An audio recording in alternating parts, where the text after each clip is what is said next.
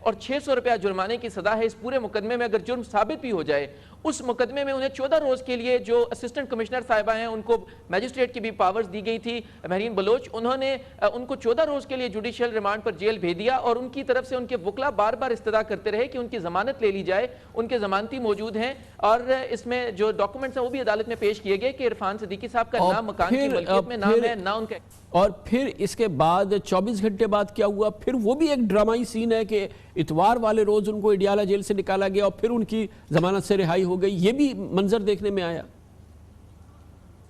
کامران صاحب, حیران کن طور پر اسلام آباد میں اچانک ایک بھونچال سا آ گیا اور یہ بتایا گیا کہ مہرین بلوچ صاحبہ نے ہی ان کی رہائی کے احکامات جاری کر دیے ہیں, اور ان کے اہل خانہ کو بھی نہیں معلوم تھا کہ ان کی رہائی کی روکار لے کر جو میجسٹریٹ کا عملہ ہے وہ جا چکا ہے اڈیالہ جیل. ان سے اس کے بعد میں کہا گیا کہ آپ 20 ہزار روپے کے ضمانتی مچلکے جمع کروا دیں. عرفان صدیقی صاحب کے ساتھ ان کا جو کرایہ دار تھا وہ بیرون ملک سے اپنے بچوں کو لے کر یہاں پر آیا تھا اور اس نے یہاں پر اپنی شفٹنگ کی تھی, وہ اس کے بھی 20 ہزار روپے کے ضمانتی مچلکوں کے ضمانت منظور کی گئی. اس کے بعد ضمانتی مچلکے جمع ہوئے, اور پھر جو مہر لے کر گیا جو عدالت سے بندہ وہ بعد میں لے کر گیا, روکار پہلے بھیج دی گئی. سو جس سپیڈ سے ان کو پہلے جوڈیشل ریمانڈ پر جیل بھیجا گیا, اسی رفتار سے پھر ان کی رہائی بھی ہوئی, اور یہ چھٹی کے روز ہوئی.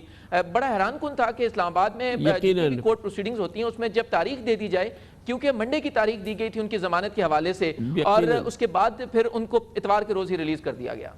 بہت بہت شکریہ, بہت شکریہ. عامر سعید عباسی ہمارے ساتھ موجود تھے. بہت ہی افسوسناک واقعہ ہے, جیسا کہ میں نے کہا حکومت کے امیج کے لحاظ سے یہ واقعہ, کیونکہ اسلام آباد میں ہوا تھا, ایک ہائی پروفائل شخصیت کے ساتھ ہوا تھا, جس انداز سے ہوا ہے یہ حکومت کے امیج کے لیے بہت ہی اس نے نقصان پہنچایا ہے. اس پر بات کرتے ہیں اور اس کے لیے ہمیں جوائن کر رہی ہے حکومت پاکستان اور جناب عمران خان کی ترجمان اور مشیر برائے اطلاعات پرائم منسٹر کی محترمہ فردوس عاشق آوان ہمارے ساتھ موجود ہیں. بہت بہت شکریہ فردوس عاشق آوان صاحبہ, آپ نے ہمیں جوائن کیا ہے. پہلے تو یہ فرمائیے گا کہ اب اس واقعے کو گزرے ہوئے تقریباً 3 روز ہو گئے ہیں, کیا تحقیقات سے بات سامنے آئی ہے, کون اس کا ذمہ دار ٹھہرا ہے, کیا تازہ ترین اس سلسلے میں آپ ہمارے ساتھ انفارمیشن شیئر کر سکتی ہیں؟ بسم اللہ الرحمن الرحیم. کامران صاحب, سب سے پہلی بات تو یہ ہے کہ جو آپ نے رپورٹر کی جو گفتگو سنوائی اس میں تھوڑا سا ایک ایڈ کر لیں کہ جب یہ واقعہ جو ہے میڈیا میں رپورٹ ہوا تو پرائم منسٹر آف پاکستان نے سب سے پہلے اس پہ نوٹس لیا, اور متعلقہ منسٹر صاحب جو کہ دستیاب نہیں تھے, اور کل جو آپ نے کہا کہ اڈیالہ جیل سے ان کی چھٹی والے دن رہائی ہوئی, اس کی وجہ یہ تھی کہ حکومت خود اس میں مدعی بنی, اور وزیر اعظم نے وہ ایک عام شہری صدیقی صاحب ایک صحافی یا سیاستدان کے طور پہ نہیں, ایک عام شہری کے ساتھ بھی اگر اسی طرح ہوتا اور میڈیا ان کے ساتھ اسی طرح ہائی لائٹ کرتا اس نظام کے نقص کو, تو وزیر اعظم اس پہ بھی ان کا یہی رول اور کردار ہوتا کہ حکومت مدعی بنی, اور حکومت نے بند اڈیالہ جیل کا دروازہ کھلوا کے جہاں یہ محسوس ہوا کہ زیادتی اور ناانصافی ہوئی ہے, اور جس انداز سے اس کو پورٹریٹ کیا گیا ہے اور جس طرح سے ہائی لائٹ کیا گیا ہے, وہ حکومت خود جو ہے اس نے اس کو ذمہ داری کو محسوس کرتے ہوئے ناپسندیدگی کا اظہار کرتے ہوئے اس عمل کو اس ستم کو اور اس ظلم کو جس پر حکومت کو یہ ایکشن لینا پڑا, اور بہت ہی ایکسٹراڈنری ایکشن لینا پڑا. اب اس کا ابھی تک اس کا ذمہ دار کون ہے, کس کے خلاف کارروائی ہوئی ہے اس حوالے سے؟ کامران صاحب, اس میں آپ جیسے جو سینئر جرنلسٹ ہیں, میں جانتی ہوں کہ آپ کو تمام اس سسٹم کے اندر جو فیلیئرز ہیں, گیپس ہیں, جو یہاں پولیس جو ہے اس کا نظام جس طرح سیاست زدہ کیا گیا اور جس طرح سے انسٹیٹیوشنز تباہ کیے گئے, اور جس انداز سے قانون کو افراد نے اپنے تابع رکھا بجائے اس کے کہ وہ طاقتور شخصیات قانون اور آئین کے تابع آتی, تو یہ ایک ٹوٹل جو کولیپس سٹرکچر اور ڈھانچہ ہے اس کی طرف یہ کیس جو ہے. تو اس کا مطلب یہ تو نہیں ہوا نا, اب ہمارے پاس آپشن کیا تھا کہ اس کا مطلب یہ تو نہیں ہوا کہ اب کوئی اس قسم کا واقعہ ہوگا تو آپ ہسٹری کی بنیاد پہ کوئی ایکشن نہیں لیں گے. یہ تو عمران خان کی حکومت میں اسلام آباد میں ہوا ہے. ایکشن لیں گے نا. ہاں وہی تو ہم جاننا چاہتے ہیں کہ اب تک کیا نشاندہی کیا ہوئی ہے. یہ واقعہ ہوا کامران صاحب، پہلا ایکشن یہ ہوا کہ جس کے ساتھ یہ واقعہ ہوا اس ناانصافی اور اس زیادتی کو اس کے تدارک کے لیے امیجیٹ میئرز ہوں اور وہ حکومت نے لیے. اب اس کے دیکھنا یہ ہے کہ جو اس کے ساتھ جڑے باقی حقائق ہیں کہ پولیس کا موقف ہے کہ جناب یہ جو کرایہ نامہ ہے اس کے اوپر جو سائن کیے گئے ہیں وہ عرفان صدیقی صاحب کے ہیں اور انہوں نے جعلی دستخط کیے ہیں. اس کی ویریفیکیشن ہونی ہے اور آج چونکہ فرسٹ ورکنگ ڈے تھا اس کے بعد اس کو الٹیمیٹلی ہم کلپریٹ تک پہنچیں گے اور وہ میڈیا میں لائیں گے، کیونکہ یہ عرفان صدیقی صاحب ایک صحافی کے طور پہ نہیں، ایک طاقتور شخصیت کے طور پہ نہیں، ایک سیاستدان اور سیاسی جماعت کے اہم عہدیدار کے طور پہ نہیں. تو ہم یہ چاہتے ہیں کہ ایک ملک کے اندر جو نیا نظام اور نیا پاکستان کی عمران خان بات کر رہے ہیں اس میں کسی کو جرات نہ ہو کہ وہ آئین اور قانون سے باہر جا کے کوئی کام کرے.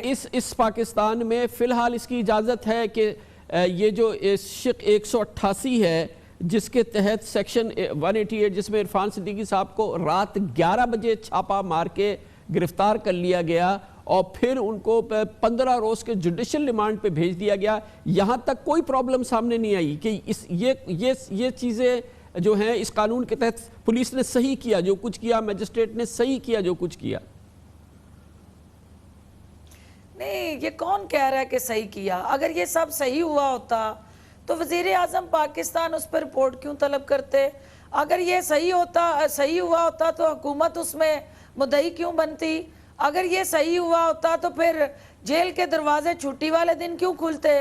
تو یہ ساری چیزیں انڈیکیٹ کر رہی ہیں کہ وہ جو چیزیں صحیح نہیں ہوئی تھی ان کے تدارک کے لیے حکومت نے اپنی ذمہ داری ادا کی. لیکن اب دوسری طرف جنہوں نے ان کو گرفتار کیا ان کو قانون کے تابع لانے کے لیے وہ کب ہوگا؟ حکومت جو ہے ایک میکنزم ہے کامران صاحب، ایک میکنزم ہے، ایک پروسیجر ہے، ایک لائے عمل ہے، اس کی طرف ہم اسی پاکستان میں جب غلطی ہوئی ہے یا کوئی ایکٹ ہوئی ہے تو 4 آئی جیز جو ہیں وہ تبدیل کر دیے پرائم منسٹر نے راتوں رات.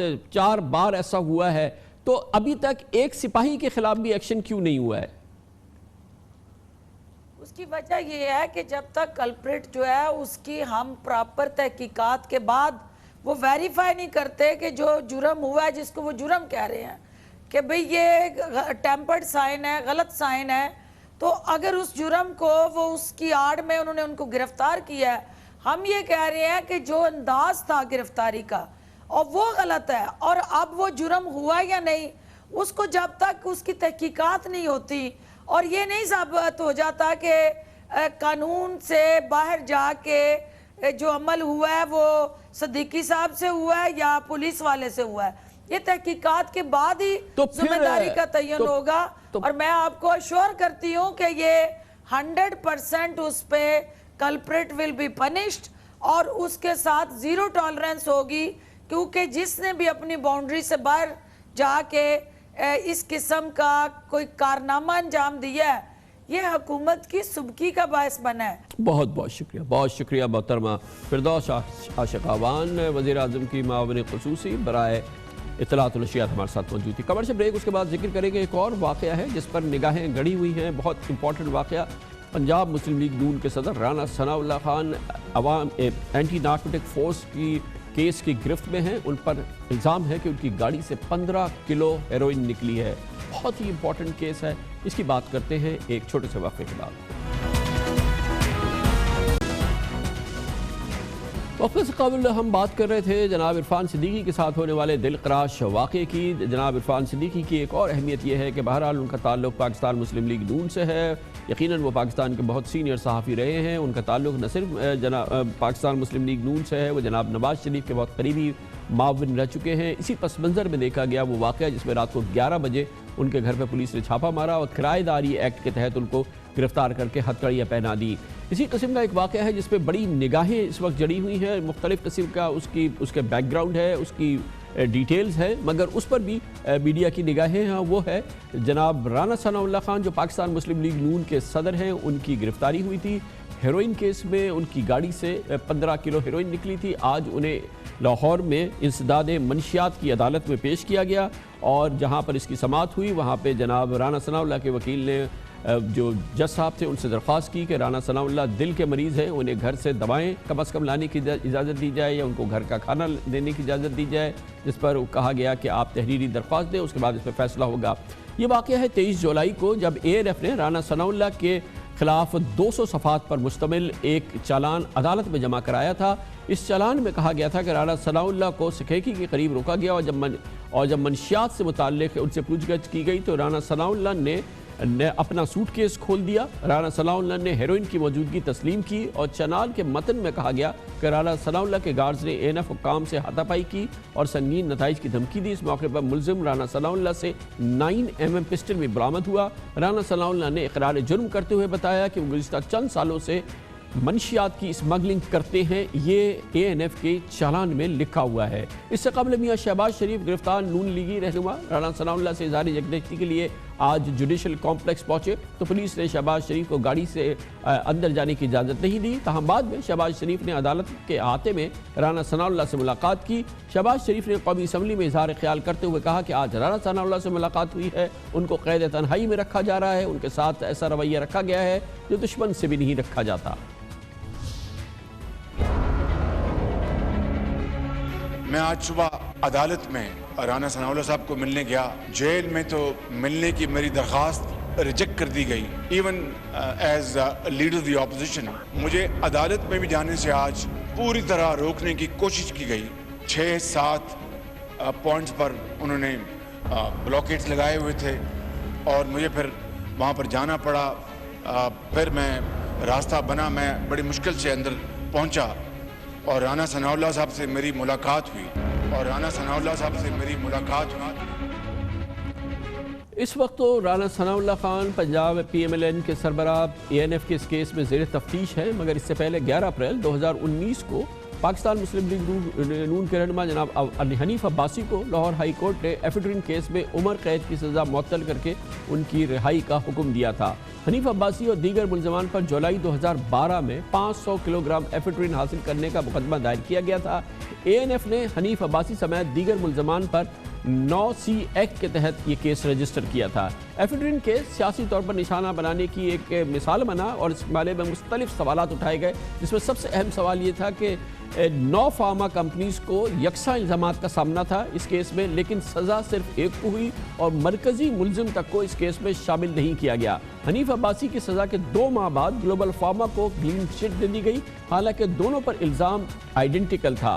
اس کے علاوہ ایک اور فارماسیوٹیکل کمپنیز اور دوسری فارماسیوٹیکل کمپنی جن کو انہی الزامات کا سامنا تھا، ان کمپنیز کو 2014 میں ہی ANF نے عدالت سے رہا کر دیا تھا، جبکہ 2 مزید کمپنیز جنہوں نے 9500 کلو ایفیڈرین حاصل کی تھی انہیں اب تک کیس میں شامل نہیں کیا گیا ہے. یہ وہ کیسز ہیں جس کے حوالے سے جو حنیف عباسی صاحب سے منسلک ہیں ANF کے ایفیڈرین کیس کے حوالے سے، جس کے بارے میں یہ سوالات موجود ہیں. ہمارا فوکس ہے جناب رانا ثناء اللہ خان کا کیس ہے، جس کے لیے ہمیں جوائن کر رہے ہیں جناب اعظم نذیر جو کہ ریپرزینٹ کر رہے ہیں جناب رانا ثناء اللہ خان کو اینٹی نارکوٹکس کورٹ میں. بہت بہت شکریہ اعظم نذیر صاحب، آپ نے ہمیں جوائن کیا. کیا پوزیشن ہے ان الزامات کے حوالے سے جو کہ ANF کے اب چالان ہو چکا ہے پیش، ANF کی تحقیقات پوری ہو چکی ہے، جو سامنے آ چکے ہیں اور جس کی تشہیر بھی ہو چکی ہے؟ جی بہت شکریہ کامران خان صاحب، آپ نے ایک بڑی امپورٹنٹ چیز کی طرف توجہ مبذول کروائی ہے. آج کورٹ میں جو پروسیڈنگز ہوئی ان میں سب سے پہلے تو ہم نے کورٹ سے یہ کہا کہ آج یہ چالان کی رپورٹ جو ہے وہ لے کے آئے ہوئے ہیں. پچھلی تاریخ پہ انہوں نے داخل کروایا لیکن ہمیں کاپیز نہیں دی گئی اور آج بھی ہمیں کاپیز نہیں پرووائڈ کی گئی. تو اس کا جوڈیشل نوٹس لیا جائے کہ کیا امر مانع ہے کہ ملزم کو ان ڈاکومنٹس تک رسائی نہیں دی جا رہی اس کے وکلاء کو، جو کہ قانوناً وہ حاصل کرنے کے لیے مجاز ہیں. تو عدالت نے اپنے آرڈر میں یہ آبزرو کیا کہ پروسیکیوٹر نے کہا کہ جی کیونکہ یہ ڈیوٹی جج کے سامنے پیش ہو رہا ہے اس لیے اس کی ضرورت نہیں تھی. تو ہمارا موقف یہ تھا کہ یہ اس لیے ڈاکومنٹس کو مخفی رکھا جا رہا ہے کہ یہ ابھی بھی ایویڈنس تیار کرنے کی کوشش کر رہے ہیں کیونکہ ان کے پاس ایسی شہادت نہیں ہے جس کے تحت رانا ثناء اللہ کو سزا دلوائی جا سکے۔ اعظم صاحب یہ بتائیے گا کہ کیا یہ پروسیجر کا حصہ نہیں ہے کہ جب چلان پیش ہو گیا تو وہ اکیوزڈ کو اس کے لائر کو آٹومیٹک مل جائے گا؟ ایز اے لے مین میری سمجھ میں نہیں آ رہی یہ بات۔ نہیں جی بالکل اس کو ملنا ہوتا ہے، جب آپ ڈاکومنٹس فائل کرتے ہیں تو چالان کے ساتھ جو ضروری کاغذات ہیں وہ فراہم کیے جاتے ہیں اور ملزم کا یہ حق ہوتا ہے اور ضابطہ فوجداری کی دفعہ 265 کے تحت وہ ڈاکومنٹس دینا ہوتے ہیں۔ ہم نے کہا ہمیں وہ کاپیز دی جائیں، ہم بھاگ نہیں رہے اس چارج سے، لیکن جو پروسیکیوٹر تھے ANF کے انہوں نے کہا کہ جی نہیں وہ تو ہم اس لیے نہیں لا سکے کہ آج ڈیوٹی جج کے سامنے انہیں پیش کیا جا رہا ہے اور یہ ارجنٹ نیچر کی ہیئرنگ ہے اس لیے اس کی ضرورت نہیں تھی۔ لیکن ڈیوٹی جج نے پھر اس کا نوٹس لیا اور انہوں نے اپنے آرڈر میں یہ لکھا کہ ANF کے آفیشلز کا یہ موقف ہے کہ اس وقت چالان کے ساتھ مناسب ڈاکومنٹس جو ہیں جو کہ چالان کا حصہ ہوتے ہیں وہ اس کا حصہ نہیں ہیں۔ میں سمجھتا ہوں کہ یہ اکیلی بات ہی اس بات کو بالکل روز روشن کی طرح عیاں کر دیتی ہے کہ ANF کا جو کیس ہے وہ ٹوٹلی پیڈنگ پہ اور ایک جو میک اپ ایویڈنس ہے اس پہ بیسڈ ہوگا۔ اعظم نذیر صاحب کے ANF کی جانب کہا گیا ہے اور اس کی تو ایک باقاعدہ پریس کانفرنس بھی ہوئی کہ خود رانا ثناء اللہ صاحب نے پوائنٹ آؤٹ کیا تھا کہ ان کی وہیکل کے اندر یہ بیگ تھا جس میں ہیروئن تھی۔ اس کے علاوہ یہ بھی بتایا گیا ہے کہ اس چلان میں لکھا ہوا ہے کہ رانا ثناء اللہ صاحب نے ایک سٹیٹمنٹ بھی کنفیشنل سٹیٹمنٹ باقاعدہ ریکارڈ کرایا ANF کا جس میں انہوں نے کہا ہے کہ وہ کئی سالوں سے منشیات کی اسمگلنگ میں ملوث رہے ہیں، منشیات کے کاروبار سے منسلک رہے ہیں۔ یہ تو کنفیشنل سٹیٹمنٹ کی بات ہو رہی ہے رانا ثناء اللہ صاحب کے۔ یہ کامران صاحب میں قانون کے طالب علم کی حیثیت سے آپ سے یہ شیئر کرنا چاہوں گا کہ ہمارے جو ملکی قوانین ہیں ان میں تفتیشی ایجنسی کو دیا گیا کوئی بھی جو بیان ہے اس کو کوئی قانونی حیثیت حاصل نہیں ہوتی اور یہ ان ایڈمیزیبل سٹیٹمنٹ ہوتی ہے۔ اگر رانا ثناء اللہ نے یہ باتیں کینڈیڈلی انہیں بیان کر دی تھی تو کوئی امر مانی نہیں تھا کہ وہ ان کو میجسٹریٹ کے پاس لے جاتے اور ان کا جو اقبالی بیان ہے 164 کا بیان جو ہم کہتے ہیں وہ ریکارڈ کروا لیتے۔ دوسری بات ان کے پاس ایک اور بات بہت اچھا چانس تھا، جیسے مجھے یاد ہے پریس کانفرنس میں بھی کہا اور ان کے سینئر آفیشلز نے کہا کہ ہم انہیں بڑا کلوزلی واچ کر رہے تھے اور ہم نے انہیں ایک دو دفعہ اس لیے جانے دیا کہ ان کی فیملی ساتھ ہے وہ اس کا حصہ نہ بنے۔ تو قانون میں لکھا ہوا ہے کہ جب آپ کے پاس پرائر انفارمیشن ہوتی ہے، جب آپ ٹپ آف پہ یا آپ ریکی کرنے کے بعد جب ریڈ کرتے ہیں تو اس صورت میں آپ کو میجسٹریٹ کو ایسوسیٹ کرنا چاہیے سینٹٹی برقرار رکھنے کے لیے کہ اس کی قانونی حیثیت بہت اچھی ہو جاتی ہے۔ اس کیس میں نمبر 1 نہ تو میجسٹریٹ سے وارنٹ لیا گیا، نہ میجسٹریٹ کو ان پروسیڈنگز میں ایسوسیٹ کیا گیا اگر ان کے پاس پرائر انفارمیشن تھی۔ دوسری بات یہ ہے کہ موقع پہ ساری پروسیڈنگز ہونی تھی۔ یہ واحد کیس ہے پاکستان میں نارکوٹکس کا جس کی موقع پہ پروسیڈنگز نہیں ہوئی۔ یہ کہہ دیا گیا کہ وہاں پہ ہجوم اکٹھا ہو گیا۔ بھئی کون سا ہجوم تھا؟ کوئی آپ نے ویڈیو تیار کی، کوئی آپ نے CCTV فوٹیج آج تک پیش کی ہے کہ وہاں پہ لا اینڈ آرڈر؟ کامران صاحب یہاں پہ تو اگر گٹر میں کوئی بندے کا پاؤں پڑ جائے تو اس کی ویڈیو ریلیز ہو جاتی ہے۔ بہت شکریہ جناب اعظم نذیر ہمارے ساتھ موجود تھے۔ جناب رانا ثناء اللہ خان کے لائر ہیں اس کیس میں، اور امپورٹنٹ بات یہ ہے کہ وہ کیس ہے جس میں رانا ثناء اللہ پہ اگر الزام ثابت ہو تو ان کو عمر قید یا سزائے موت بھی ہو سکتی ہے۔ سنگین ترین الزام ہے پاکستان میں کسی شخص میں جو لگ سکتا ہے منشیات سے کاروبار کے اور اس کے دھندے سے منسلک ہونا۔ کمرشل بریک، اس کے بعد ذکر کرتے ہیں انسداد کرپشن کے حوالے سے پاکستان میں جو تحریک چل رہی ہے اس میں ایک بہت بڑی کارروائی ہوئی۔ جناب اسحاق ڈار کے تمام اثاثے ضبط کر لیے گئے، ان کے بنگلے، ان کی زمینیں، ان کی گاڑیاں، یہ سب ایک بڑی کارروائی میں ضبط کر لی گئی ہے۔ اس کی بات کرتے ہیں ایک چھوٹے سے وقفے کے بعد۔